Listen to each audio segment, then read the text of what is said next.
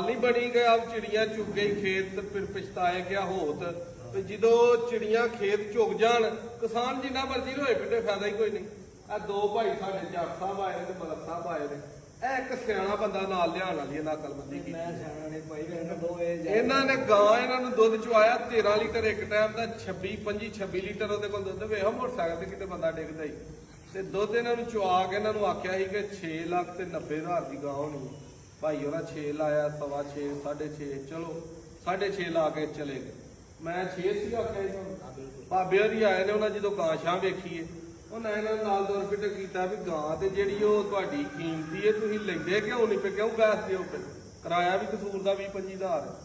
ਹੁਣ ਸ਼ੁਕਰ ਅੱਲਾ ਦਾ ਕਿ ਉਹਨਾਂ ਖੇਤ ਚ ਹਲੇ ਚਿੜੀਆਂ ਨਹੀਂ ਚੁਗਿਆ ਤੇ ਉਹਨਾਂ ਦਾ ਭਾਰ ਜਿਹੜਾ ਪਾ ਲਿਆ। ਦੂਜੇ ਭਰਾਵਾਂ ਕੇ ਵੀ ਰਿਕੁਐਸਟ ਹੈ ਜਿੰਨੇ ਵੀ ਸਾਡੇ ਕੋਲ ਆਉਂਦੇ ਸਾਡੀ ਦੋਸਤੋ ਗੱਲ ਹੁੰਦੀ ਹੈ ਲੋਹੇ ਤੋੜ। ਜਿਹੜਾ ਦੁੱਧ ਸਾਡੇ ਕਿੱਲੇ ਤੇ ਵੇ 2 ਟਾਈਮ ਚੁਆਈ ਮੈਂ ਕਰਾਂ ਜਾਂ ਨਾ ਕਰਾਂ। ਮੈਂ ਜਦੋਂ ਡੇਰੇ ਆਉਣਾ ਆ ਕੇ ਪੁੱਛਣਾ ਇਹਦਾ ਸਵੇਰ ਕਿੰਨਾ ਸੀ ਸ਼ਾਮੀ ਕਿੰਨਾ ਸੀ ਟੋਟਲ ਦੁੱਧ ਮੇਜਰ ਕਰਕੇ ਅਗਲੇ ਨੂੰ ਉਹਦੇ ਨਾਲੋਂ ਅੱਧਾ ਕਿਲੋ ਘੱਟ ਦੱਸਣਾ ਵੱਧ ਨਹੀਂ ਦੱਸਣਾ। ਤੁਹਾਨੂੰ ਗਾਂ ਦਾ ਦੁੱਧ 24 ਕਿਲੋ ਦੱਸਿਆ ਹੈ ਜਾਂ 22 ਕਿਲੋ ਦੱਸਿਆ ਹੈ ਹੋਇਆ 25-26।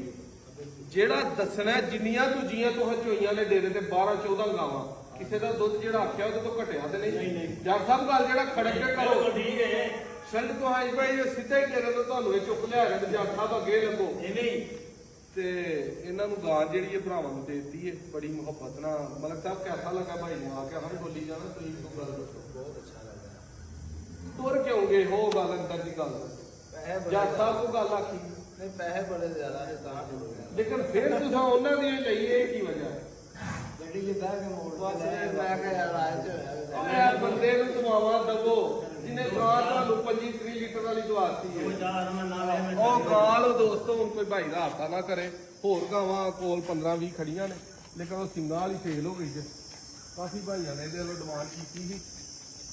ਇਹ ਗੱਬਣ ਗਾਂ ਬੜੀ ਚੰਗੀ ਹੈ 7 ਲੱਖ ਦੀ ਮਿਲੇਗੀ 25-30 ਲੀਟਰ ਦੁੱਧ ਦੇ ਕੇ ਅੱਲਾ ਦੇ ਫਜ਼ਲ ਦੇ ਨਾਲ ਸੌਂਸੀ ਵੀ ਬੜੀ ਚਾਹੀਏ ਕਰਮਾਂ ਇਹ ਸੇਲ ਹੋ ਗਈ ਜੇ ਇਹ ਸਿੰਘਾਂ ਵਾਲੀ ਗਾਂ ਦਾ ਇਹਨਾਂ ਨੂੰ 26 ਲੀਟਰ ਦੁੱਧ ਚਵਾਇਆ। ਵੀਡੀਓ ਅੱਛੀ ਲੱਗੇ ਸ਼ੇਅਰ ਕਰਿਓ। ਜਿਹੜੇ ਭਾਈਆਂ ਆਉਣਾ ਹੁੰਦਾ ਵੀਡੀਓ ਰੇਟ ਨੂੰ ਮਈਆ ਰੱਖਿਆ ਕਰੋ।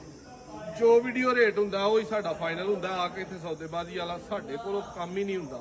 ਪਿੱਛੇ ਬੜਾ ਕੁੱਤੀ ਚੀਕਾ ਮੱਚਦਾ ਜਦੋਂ ਮੱਝਾਂ ਗਾਵਾਂ ਲੈਣੀਆਂ ਹੁੰਦੀਆਂ ਉੱਥੇ ਹੀ ਸੌਦੇਬਾਜ਼ੀ ਕਰ ਕਰਕੇ ਸਾਡਾ ਗਲਾ ਵੀ ਬਹਿ ਜਾਂਦਾ ਤੇ ਦਿਮਾਗ ਵੀ ਕੰਮ ਕਰਨਾ ਛੱਡ ਜਾਂਦਾ। ਉਹੀ ਘੋਲ ਬੜਾ ਘੋਲ ਹੁੰਦਾ ਦੁਬਾਰਾ ਲਿਆ ਕੇ ਘੋਲਣਾ ਘੋਲ ਉਹ ਮੁਸ਼ਕਲ ਹੁੰਦੀ ਹੈ। ਹੋਰ ਬੜੀਆਂ ਜੀਆਂ ਜ਼ਿੰਮੇਵਾਰੀਆਂ ਹੁੰਦੀਆਂ। ਇਸ ਲਈ ਲੋਕੇਸ਼ਨ ਆਪਣੀ ਪੀਰੋਚੱਕ ਪਿੰਡ tehsil Daska Motra Budhiana road UBL bank road ਦੇ ਉੱਤੇ ਉਹਦੇ ਬਿਲਕੁਲ ਬੈਕ ਸਾਈਡ ਤੇ ਆਈਆਂ ਨੇ ਬੋਰਡ ਵਾਲਾ ਡੇਰਾ ਆਪਣਾ ਭਰਾ ਟੂਰ ਚਲੇ ਲਓ ਮਲਕ ਸਾਹਿਬ।